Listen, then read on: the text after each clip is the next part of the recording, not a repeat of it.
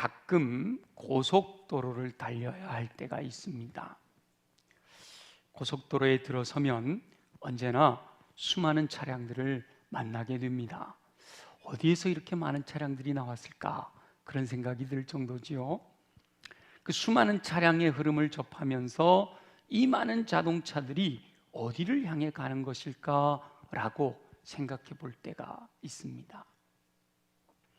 고속도로에 들어서서 나란히 달리는 차량을 보면 그 차들이 전부 제가 가고 있는 지역을 향해 가고 있는 것처럼 느껴집니다. 그런데 어느 순간 보면 인터체인지를 통해 다른 도로로 빠져나갑니다. 또 어느 순간에는 어디서 들어왔는지 알 수 없는 자동차가 곁에서 나란히 달리고 있는 모습을 발견합니다. 도로를 달리고 있는 차량들이 같은 방향으로 가고 있는 것처럼 보여지지만 결국은 각자 자신이 가야 할 목표가 있습니다. 그리고 끊임없이 들어오기도 하고 나가기도 하지요. 함께 길을 가는 동안에도 저를 앞질러 달려가는 차량도 있고 너무 느리게 가기 때문에 제가 추월하는 경우도 있습니다. 목표가 어디인지 알 수 없지만 앞서거니 뒤서거니 하면서 달려가는 거지요. 왕복 10차선이 넘는 도로에 꽉 차서 달리는 자동차들을 볼 때면 그 많은 차에 타고 있는 사람들은 어떤 생각을 가지고 이 길을 가고 있을까 생각해 볼 때가 있습니다. 밖에서 볼 때는 자동차만 보이고 그 안에 있는 사람들은 잘 보이지 않습니다. 몇 명이 타고 있는지 어떤 구성원들이 타고 있는지 알 수가 없습니다. 그러나 도로를 가득 메우고 달리는 자동차 안에는 수많은 사연을 가진 다양한 사람들이 타고 있는 것이 분명합니다. 어느 한 지점만을 보면 모두가 동일한 방향으로 달려가고 있는 것처럼 보여집니다. 사람들은 항상 이 자기 주관적인 관점에서 모든 것을 바라보지요. 관광을 위해 달리는 사람은 주변의 모든 차량에 탄 사람들이 관광지로 가고 있다라고 생각하게 되죠. 일터로 출퇴근하기 위해 도로를 달리는 사람은 모든 사람이 출근을 하거나 퇴근을 하는 중이다라고 생각하게 되죠. 고향을 찾기 위해 도로를 질주하는 사람들은 주변의 모든 차량이 다 자기처럼 고향을 찾는다라고 생각할 수 있습니다. 주관적으로 생각하면 모두 자신과 같은 생각을 가진 것처럼 보여지지만 실상은 너무도 다양한 사람들이 여러 가지 목표를 향해 달려가고 있습니다. 어쩌면 눈에 보이지 않는 인생길을 달려가는 것과도 같습니다. 시간은 기다려주지 않고 끊임없이 흐르고 또 흐릅니다. 그 시간의 흐름 속에 다양한 사람들의 인생이 펼쳐지는 거죠. 시간 흐름의 한 지점을 놓고 보면 모두가 동일한 것처럼 느낄 수 있지만 너무도 다양한 사연을 가진 무수히 많은 인생이 형성되고 있습니다. 오늘 본문에 예수님께서 예루살렘을 향하여 올라가시려고 결심하셨을 때도 다양한 사람들의 반응을 발견할 수 있습니다. 다양한 반응을 묵상하면서 하나님께서 원하시는 뜻대로 반응하기로 결단하고 말씀대로 순종하는 저와 여러분들이 되시기를 예수님의 이름으로 축원합니다. 예수님께서는 승천하실 기약이 차감해 예루살렘을 향하여 올라가기로 굳게 결심하셨습니다. 51절 그렇게 되어 있잖아요. 예수께서 승천하실 기약이 차감해 예루살렘을 향하여 올라가시기로 뭐예요? 굳게 결심하셨대요. 여러분 어디 여행 가려고 마음 먹을 때 갈릴리에서 예루살렘을 향해 올라가는 그 정도 거리를 그냥 결심하면 가는 거지 굳게 결심하고 가셔야 될 이유가 있어요? 근데 분명히 성경에 특별히 아주 주의 깊은 누가가 예수님은 굳게 결심하셨다 이렇게 기록하고 있단 말이죠. 예수님께서는 인류를 구원하시기 위하여 오신 하나님의 독생자이십니다. 예수님께서는 이 땅에서의 사역을 마무리하시고 인류를 구원하실 사명을 담당하셔야 할 때가 되었기 때문에 예루살렘을 향하여 올라가기로 굳게 결심하셨습니다. 예수님께서는 분명한 목표가 있어 예루살렘을 향하여 올라가시는 것입니다. 예수님께서 이루기를 원하시는 그 목표는 예수님께서 굳게 결심하셔야 할 정도로 비장한 각오가 필요한 일이었습니다. 예수님께서 때가 되었다라고 판단하신 결정적인 근거는 예수님을 향한 베드로의 신앙 고백이었습니다. 우리 누가복음에서는 9장 18절부터 나오는 이야기고요, 마태복음에서는 16장에서 나오는 이야기죠. 베드로가 예수님을 향하여 주는 그리스도시요 살아계신 하나님의 아들이십니다 라고 고백을 하는 거예요. 베드로의 그 신앙 고백을 들은 예수님께서 이제 예루살렘으로 올라갈 때가 되었다 판단하시는 거죠. 그리고 예루살렘으로 올라가야 할 이유를 제자들에게 말씀하셨습니다. 예수님께서는 베드로의 신앙 고백을 들은 그때부터 예루살렘에 올라가 장로들과 대제사장들과 서기관들에게 많은 고난을 받고 죽임을 당하고 제3일에 살아나야 할 것을 비로소 알게 하셨습니다. 예수님의 목표는 분명했습니다. 예수님께서 예루살렘을 향하여 올라가시는 이유는 십자가를 지시기 위해서입니다. 고난을 당하고 십자가에서 인류의 죄를 대신 짊어지시고 죽으시기 위하여 예루살렘을 향하여 올라가시는 겁니다. 그래서 예루살렘을 향하여 올라가시기 위해서 굳은 결심이 필요했던 거죠. 할 수만 있으면 이 잔을 마시지 않기를 원하셨습니다. 그러나 인류를 구원하기 원하시는 하나님의 뜻을 이루시기 위하여 굳게 결심하시고 예루살렘을 향하여 올라가시는 거죠. 사순절 5번째 주일을 보내고 있는 저와 여러분은 예루살렘을 향하여 올라가시는 예수 그리스도의 마음을 깊이 묵상하고 그 뜻을 마음에 새겨 그 뜻대로 순종하는 삶을 살아야 할 줄로 믿습니다. 저와 여러분은 예수님 가신 그 길을 따라가겠다고 결심한 사람들입니다. 아멘이죠? 저는 그냥 저 맘대로 나왔는데요.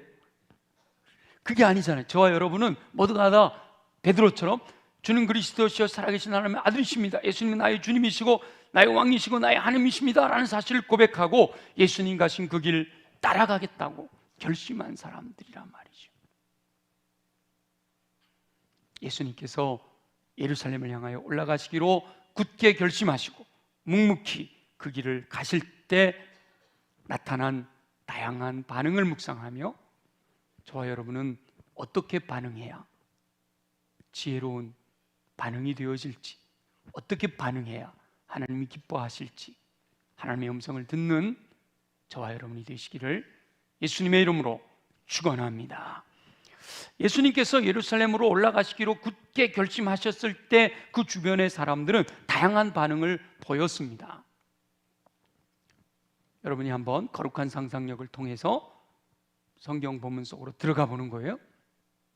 베드로의 고백을 들으시고 고난받고 죽으시고 부활하실 것을 말씀하신 예수님이 자 이제 승천하실 기약이 가까웠다 판단하시고 예루살렘으로 향하여 올라가시기로 굳게 결심하시고 함께하는 제자들과 예루살렘을 향해 올라가고 계실 때 여러분들의 반응은 어떻게 나타나게 될까? 한번 깊이 묵상해 보시기 바랍니다. 제가 성경을 통하여 3가지 반응을 제시해 드릴 텐데 여러분들은 어떤 반응으로 표현될까 한번 보지요. 첫 번째는 오늘 본문에 나와 있는 사마리아 사람들의 반응입니다. 예수님께서 갈릴리에서 예루살렘으로 올라가시려면 사마리아를 통과해야 했습니다. 이스라엘 지형을 잘 아시죠? 갈릴리가 북쪽에 있고 예루살렘이 남쪽에, 유대 땅 예루살렘이 남쪽에 있고요. 그 사이가 사마리아예요. 요단강을 중심으로 왼편에 있는 서편에 있는 갈릴리와 사마리아와 유대 땅. 그러니까 갈릴리에서 활동하시던 예수님이 예루살렘으로 가시려면 이 사마리아를 통과해야만 했던 거죠. 그런데 사마리아 사람들은 유대인들에게 호의적이지 않았습니다. 유대인들과 사마리아 사람들은 서로 상종하려고 하지 않는 사람들이었어요. 역사적으로 골이 깊어 서로를 배척하고 있었습니다.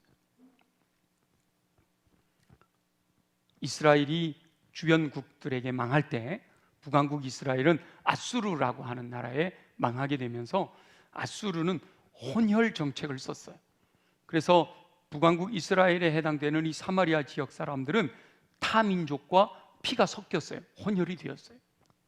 그런데 남왕국 유다를 멸망시킨 바벨론은 혼혈 정책이 아니라 이 바벨론의 이 유대에 있는 똑똑한 아이들을 데려다가 교육을 시켜 세뇌 정책을 쓴 거예요. 그래서 혈통은 섞이지 않았습니다. 70년이 지난 뒤에 다시 돌아온 유대인들은 자기들의 혈통을 그대로 유지할 수가 있었던 거죠. 그 이후 이 혈통이 유지된 유대인들과 혼혈이 되어 사마리아인들이 서로 반목하게 된 거지요. 예수님 당시에도 그 반목은 그대로 유지가 돼서 경건한 유대인들은 요단강을 건널 때 이 갈릴리로 가게 되거나 갈릴리에서 유대 땅으로 오게 될 때 요단강을 건너 우회할지언정, 이렇게 여기서 갈릴리로 가면 바로 가면 가깝잖아요. 근데 요단강을 건너서 우회를 할지언정 사마리아를 통과하는 길을 사용하지 않을 정도로 아주 유대인들과 사마리아인들은 반목하고 있던 때였단 말이죠.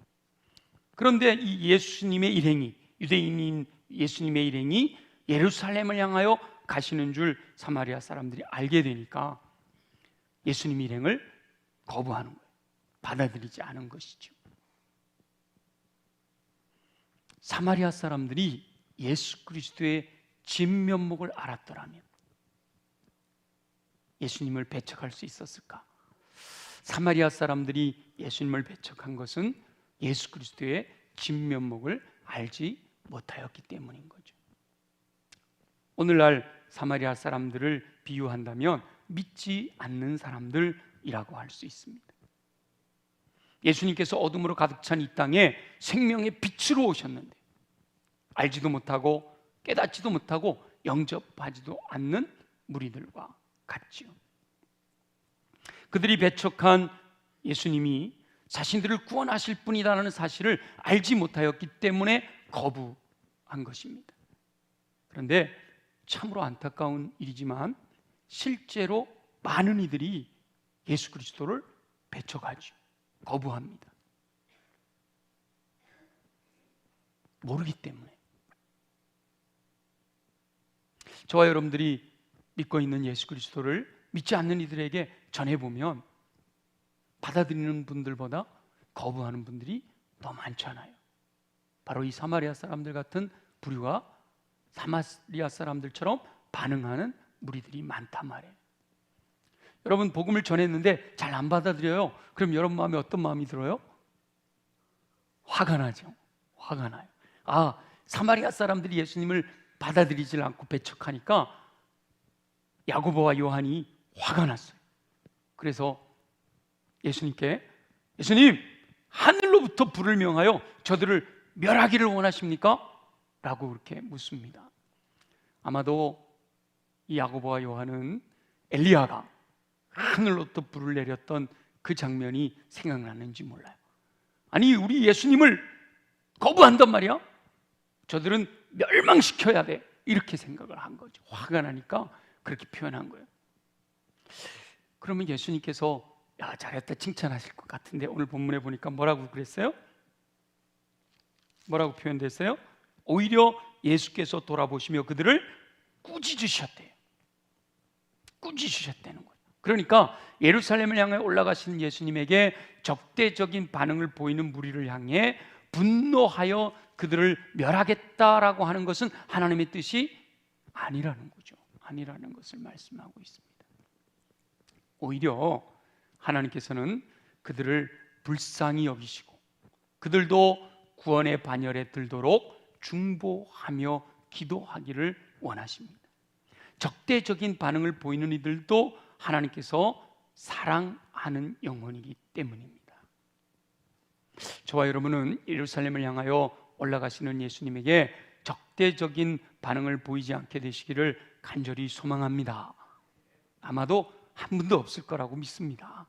그리고 더 나아가서 이렇게 적대적인 반응을 보이는 이들을 위해 중보하는 삶을 사시기를 예수님의 이름으로 축원합니다. 두 번째는요, 예수님과 동행하고 있는 제자들의 반응입니다. 예수님께서 예루살렘으로 올라가실 때 제자들이 동행하고 있습니다.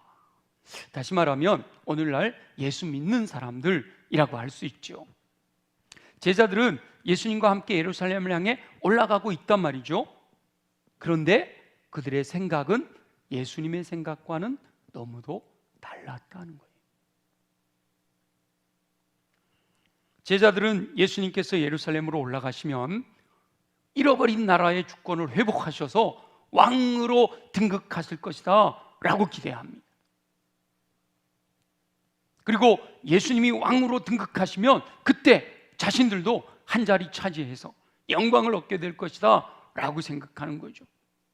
불을 내려 저들을 멸하기를 원하십니까? 라고 제안했던 야고보와 요한이 엄마까지 동원해서 뭐라고 그래요? 영의정, 좌의정, 우의정 우리 아들 시켜주세요. 그런 제자들의 마음이라는 거죠. 예수님과 동행하며 예루살렘을 향해 올라가고 있지만 예수님께서 생각하시는 것과는 너무도 다른 생각을 하고 있단 말이에요. 동행하고는 있지만 전혀 다른 반응을 보이고 있는 거다라는 거죠. 예수님께서 올라가시는 예루살렘의 길은 고난의 길입니다. 그런데 함께 동행하는 제자들은 영광을 추구하는 반응을 보이고 있습니다. 예수님께서 올라가시는 예루살렘의 길은 죽음의 길입니다. 십자가의 길입니다. 그런데 함께 동행하는 제자들은 왕권을 추구하는 반응을 보이고 있습니다. 믿음이 있노라 하지만 결국은 하나님께서 원하시는 믿음이 아닌 삶을 살아가고 있는 것이죠. 하나님 중심적인 믿음이 아니라 자기 중심적인 믿음을 가지고 있는 거예요. 하나님의 영광이 우선이 아니라 자신이 누리게 될 복이 우선인 사람들이죠. 너무도 많은 성도들이 이 제자들처럼 반응을 보입니다. 아닌 것 같아도 안타깝게도 굉장히 많은 부류의 성도들이 이 제자들의 모습처럼 반응하며 살고 있습니다. 자신에게 유익한 것만을 추구하고 손해보는 일을 하려 하지 않습니다. 복 받는 것은 좋지만 충성하고 헌신하는 일에서는 멀어지려고 합니다. 우리 어르신들은 아주 충성하고 헌신하셨어요. 우리 교회 95년의 역사 속에 얼마나 많은 어르신들이 충성하고 헌신하고 섬겼기 때문에 오늘 우리 교회가 있는 거잖아요. 근데 우리 어르신들이 보기에 죄송해요, 우리 다음 세대들은 참 걱정스러운 거예요. 우리 어르신들만큼 그렇게 충성하고 헌신하는 모습이 안 보이기 때문이죠. 그나마 우리 교회는 이 전통이 있고 저력이 있어서 젊은이들도 함께 마음을 모아 충성하고 헌신하니까 얼마나 감사한지 몰라요. 그런데 코로나 3년이 지나면서 새로운 교회에 풍속도가 생겼다고 그래요. 코로나 3년 동안에 하고 싶어도 충성하고 헌신하고 싶어도 할 수가 없었잖아요. 처음에는 그게 좀 안타까웠는데 3년이라고 하는 세월이 흐르고 나니까 그게 습관이 돼버린 거예요. 거기에 안주하게 된 거죠. 그래서 친구들, 목회하는 친구들 이렇게 이야기를 들어보고 또 많은 교회들을 보면 요즘 코로나가 끝나고요, 우리 교회는 다시 식사를 시작했잖아요. 국수 먹고 있잖아요. 밥도 가끔 먹잖아요. 1년에 한 번이지만 특식도 주시잖아요. 그죠? 근데 그걸 다 누가 해요? 봉사하잖아요. 우리 돌아가면서 식당팀이 중심이 돼서 이렇게 조를 짜서 식당도 봉사하고 설거지도 우리 남자 성도님들이 봉사하고 다 봉사하는 거잖아요. 그리고 다 공짜로 주는 거예요. 봉사했다고 돈 내고 먹는 것도 아니에요. 누구나 먹고 갈 수 있어요. 근데 코로나 이후에 교회들마다 봉사할 사람이 없다는 거예요. 섬기는 사람이 없다는 거예요. 다 못하겠다 그런데, 할 수 없다 그런데. 그래서 어떤 일이 벌어지는가 하면 식당을 외주를 주는 거예요. 돈 받고 하는 사람들을 불러서, 그리고 그렇게 돈이 들어가니까 교인들한테 돈 받고 파는 거죠. 물론 뭐 그건 나쁘다는 건 아니에요. 목적에 의해서 할 수도 있는데 우리 교회는 전 교인이 함께 이렇게 교제하자, 우리가 드린 예물 헌금을 또 그렇게 교제하는 데 쓰자 해서 무료로 우리는 다 주는데, 또 어떤 교회는 봉사하는 사람들만 먹어라 뭐 이렇게도 하고. 그것도 못하겠다, 그것도 외주를 맡겨놔도 할 일이 많잖아요. 그러니까 요즘은요 아예 식당을 없애버린대. 교회마다. 요즘 트렌드라니까요. 교회마다 식당을 없애버려요. 근데 없애버리는 게 좀 아쉬워서 식당을 카페로 만들어. 그만큼 뭐예요? 봉사하고 섬기고 충성하고 헌신하는 일에서는 멀어지려고 한다라는 거죠. 예수님으로 말미암아 고난을 받아야 할 상황에서는 도망가 버리고 마는 거예요. 믿음이 있노라고 하지만 실상은 영광을 추구하며 서로 높아지려는 교만과 욕심이 가득한 사람들인 거죠.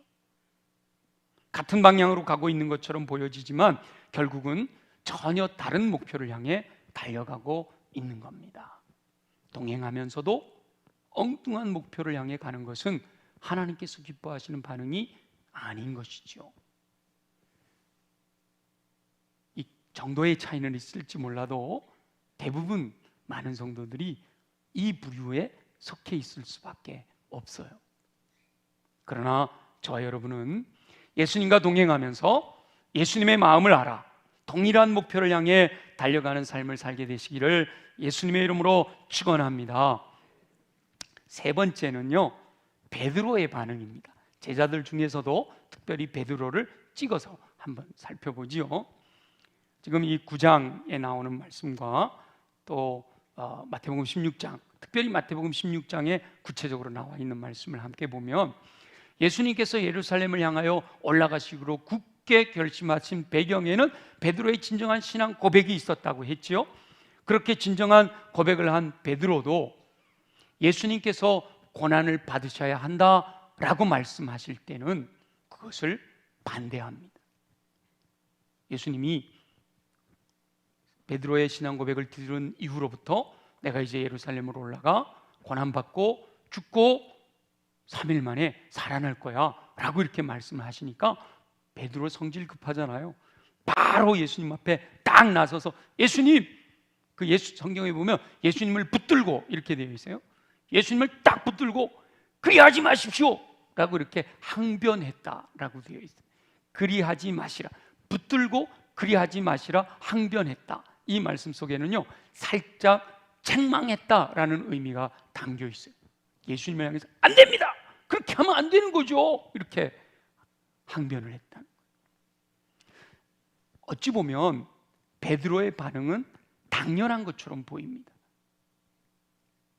존경하는 스승님이 고난받고 죽을 것이라고 하는데 제자된 자라면 당연히 그리 마시라고 항변해야 마땅하지요. 여러분, 존경하는 스승님이 죽겠다 그러는데 그러셔요? 알겠습니다, 이런, 이게 이상한 거 아니에요? 오히려 진짜 말리는 게 그게 당연한 것처럼 보여지는 거예요. 그런데 그리하지 마시라고 항변하는 베드로를 향해서 예수님께서 너무도 단호하게 사탄아 내 뒤로 물러가라 이렇게 말씀하신단 말이에요.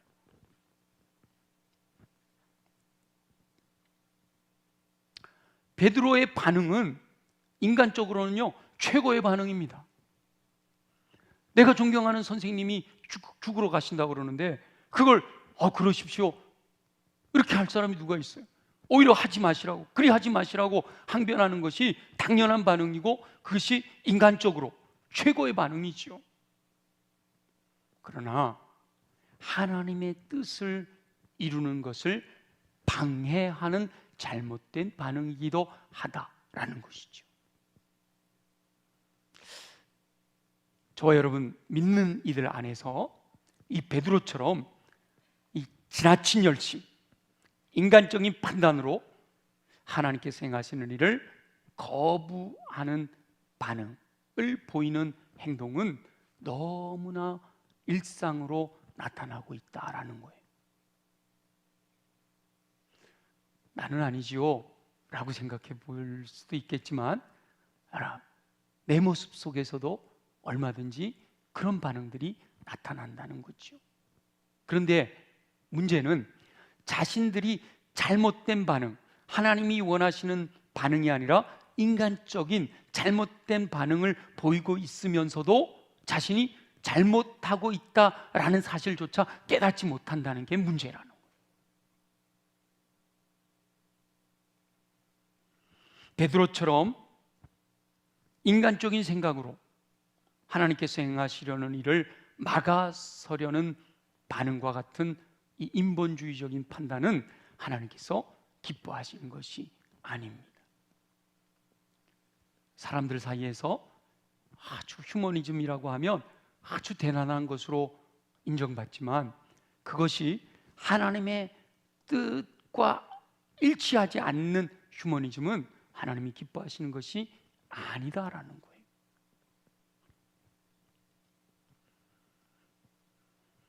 그래서 자신이 하나님의 뜻에 합당하게 열심을 내며 신앙생활을 하고 있는지 혹은 인간적인 생각으로 열심을 내고 있는지 늘 돌아봐야 합니다. 내가 지금 이렇게 충성하고 이렇게 헌신하고 이렇게 열심을 내고 있는 것이 정말 하나님이 원하시는 뜻대로 하나님이 가시는 그 길을 내가 따라가는 그 길로 가고 있는 것인지 아니면 내 생각대로 내 판단대로 내가 생각하는 대로 열심을 내고 있는지 돌아봐야 한다라는 거예요. 인간적인 지나친 열심이 오히려 하나님께서 행하시는 일을 방해할 수도 있다라는 사실을 깨달아야 된다는 거예요. 예수님께서는 베드로의 반응에 대하여 하나님의 일을 생각하지 않고 사람의 일을 생각하는 것이다 라고 판단하시면서 사단의 유혹에 휘둘린 것이다 라고 말씀하신단 말이죠. 그러니까 저와 여러분도 어느 순간 나도 모르는 사이에 사단에 휘둘려서 주를 위해 충성하고 주를 위해 최선을 다한다 라고 생각하고 하고 있는 일인데 그것이 하나님의 일이 아니라 사람의 일일 수도 있다라는 것을 인정해야 된다라는 거죠. 나 자신의 삶을 돌아볼 수 있어야 된다라는 거예요. 저와 여러분은 이 사단의 유혹에 휘둘려 사람의 일을 생각하지 말고 주의 일을 행할 때 항상 하나님의 일을 우선적으로 생각하는 삶을 사시기를 예수님의 이름으로 축원합니다. 자, 그렇다면 예루살렘을 향하여 올라가시는 예수님 그 행동에 적절하게 반응하는 것은 뭘까? 그게 중요하죠. 물론 제일 좋은 것은요, 주님 마음을 깊이 깨달아 알아서 주님이 말씀하시는 것을 그대로 아멘으로 받아 믿고 순종하여 곁길로 가지 않고 마음으로부터도 주님만을 바라보고 주님 가신 고난의 길, 주님 가신 죽음의 길, 주님의 십자가의 은혜를 생각하면서 한 걸음 한 걸음 주님 닮아가는 그 길을 걸어가는 것이 가장 베스트, 좋은 거죠. 저와 여러분 그렇게 살게 되시기를 예수님의 이름으로 축원합니다. 근데 중요한 것은요, 아무도 그렇게 살 수 없다는 겁니다. 100% 그렇게 살아갈 수 있는 존재는 천사들밖에는 없어요. 정도의 차이는 있겠죠. 90% 그렇게 살아가는 분들이 있을 거예요. 70% 살아가는 분들이 있을 거예요. 근데 어떤 분들은 20% 30%밖에 못 사는 정도의 차이는 있을지 몰라도 완전하게 주님이 원하시는 뜻대로 살아가기는 어렵습니다.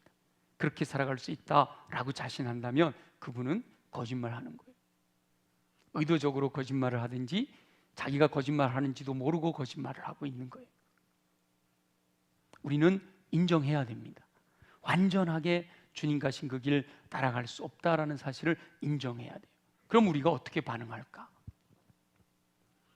예수님께서 예루살렘을 향하여 올라가실 때 묵묵히 예수님과 동행하며 따라가면 됩니다.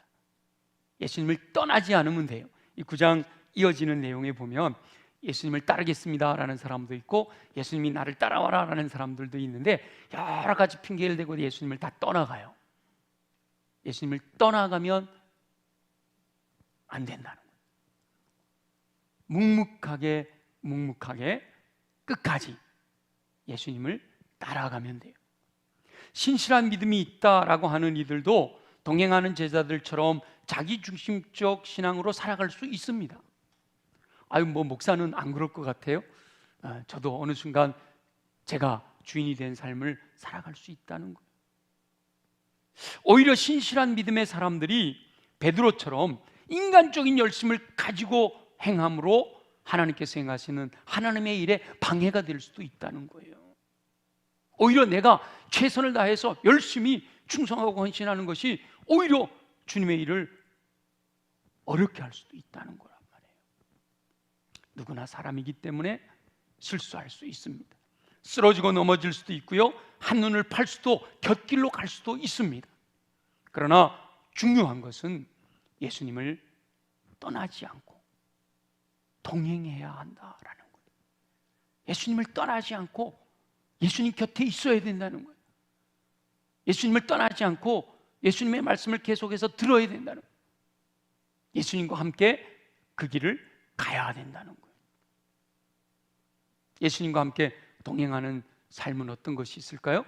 지금처럼 예배 시간에 예배의 자리에 동참하여 주의 음성을 듣고 내 마음을 주님께 드리고 하나님께 우리의 믿음을 고백하고 말씀을 통하여 하나님의 뜻을 날마다 묵상하고 기도로 내 처지와 형편을 주님께 말씀드리고 믿음의 성도들과 함께 교제하며 그 성도 형제 자매 안에 있는 예수님을 발견하고 이렇게 살아가는 삶이 주님이 원하시는, 주님과 동행하는 삶이에요.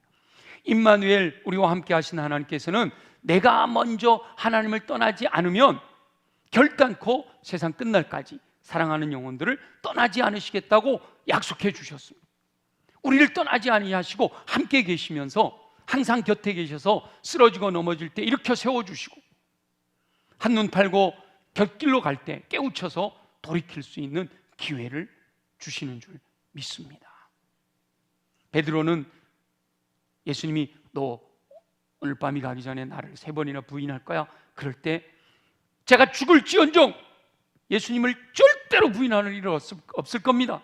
그렇게 혼장담하지만 3번이나 예수님을 부인했고 저주하면서까지 부인했지만 예수님을 떠나지 않고 예수님과 함께 동행하는 끝까지 살려고 하였기 때문에 갈릴리 바닷가에서 우리 주님이 그 죄를 용서해 주시잖아요.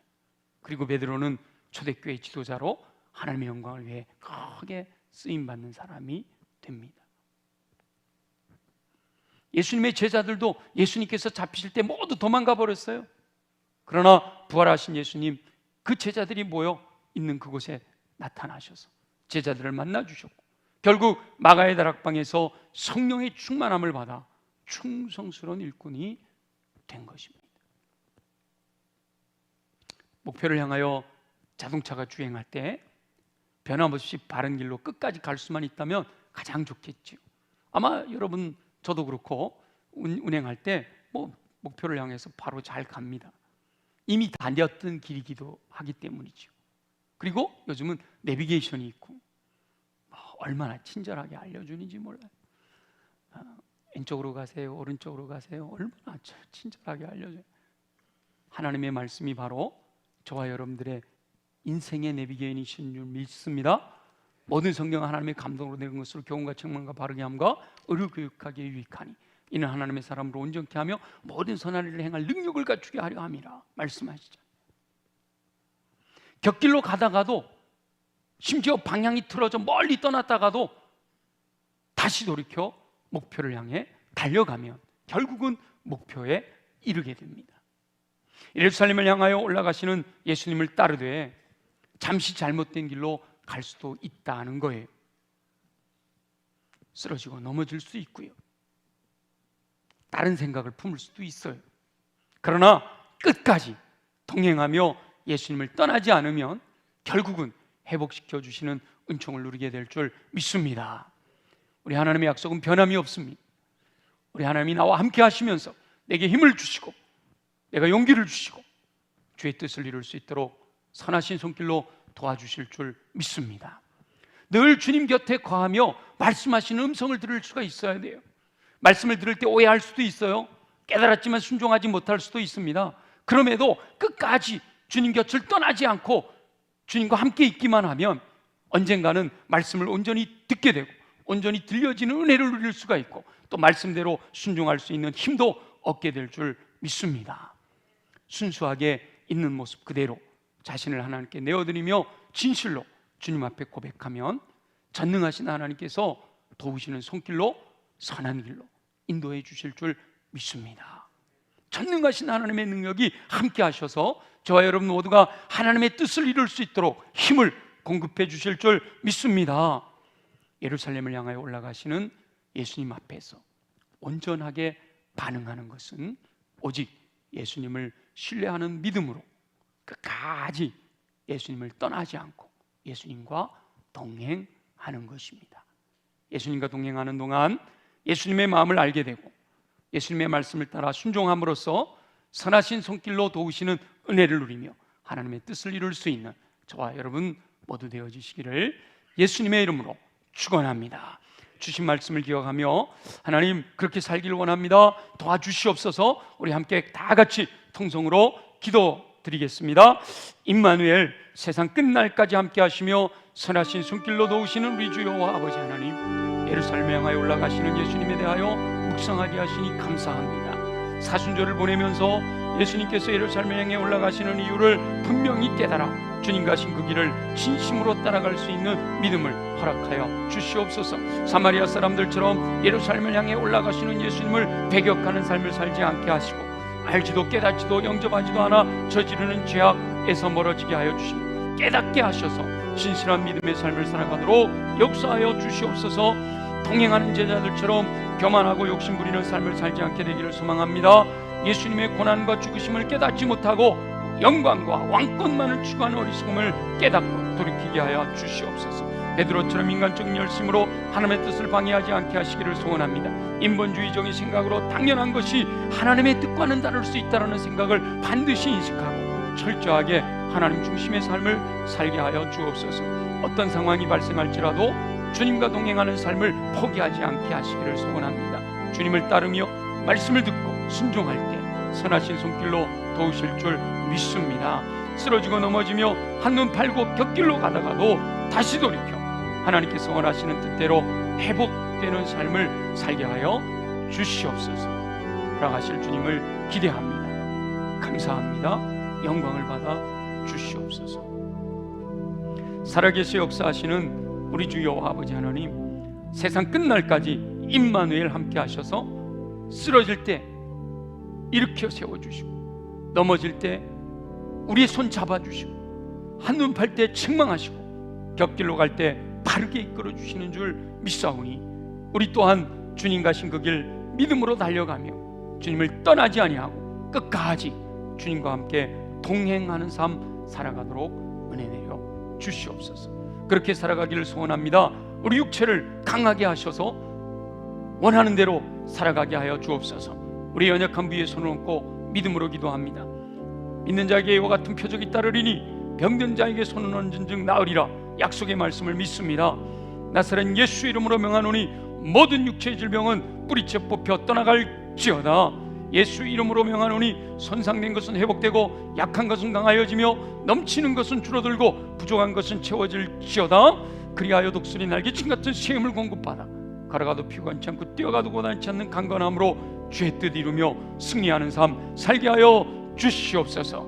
우리 가슴에 손을 얹고 우리의 마음을 생각하며 함께 기도합니다. 우리 마음에 주님이 기뻐하시지 아니하는 더러운 것들이 가득 차 있습니다. 이 시간 예수 보혈의 능력으로 명하노니 내 안에 있는 더러운 것들은 정결하게 깨끗하게 새롭게 될지어다. 끊임없이 우리 마음속에 더러운 것을 심어내려고 하는 어둠의 권세들아, 예수 이름으로 명하노니 묶임을 받고 떠나갈지어다. 우리 마음이 옥토로 준비되어 임하시는 말씀, 선포되는 말씀을 아멘으로 받아 믿음으로 순종하여 30배, 60배, 100배 풍성한 열매 맺는 삶 되게 하여 주시옵소서. 우리 사모하는 마음으로 성령님의 임재를 간구합니다. 오직 성령으로 충만함을 받으라. 오직 성령이 너희에게 임하시며 너희가 권능을 받으리라. 약속하신 대로 성령님 우리에게 임재하시오. 나의 마음의 왕좌에 좌정하시어 왕이 되어 다스려 주시기를 소망합니다. 왕이신 성령의 이끄심을 따라 믿음으로 순종하는 영혼들에게 성령의 열매로 예수 그리스도의 인격을 담게 하시고 성령의 은사로서 모든 선한 일을 행할 능력을 갖추어 우리 앞을 가로막는 모든 악한 영의 경관진들을 파쇄하고 승리의 노래로 감사와 찬양과 영광과 존귀를 주님께 올려드리는 삶 살아가게 하여 주옵소서. 그 믿음 가지고 나아갈 때마다 천군 천사 보내주셔 전우좌우 보호하심으로 어둠의 권세 악한 영이 만지지도 못하도록 안전하게 지켜주시고 불말과 불병거로 함께하여 주셔서 우리 앞을 가로막는 어둠의 영 견관진들을 파쇄하여 승리의 노래로 감사와 찬양과 영광과 존귀 주님께 올려드리는 삶을 살아가도록 역사하여 주시옵소서. 허락하실 주님을 찬양하고 경배합니다. 감사합니다. 예수님의 이름으로 간절히 기도드립니다. 아멘. 우리 다 함께 일어나셔서 나의 등 뒤에서 찬양의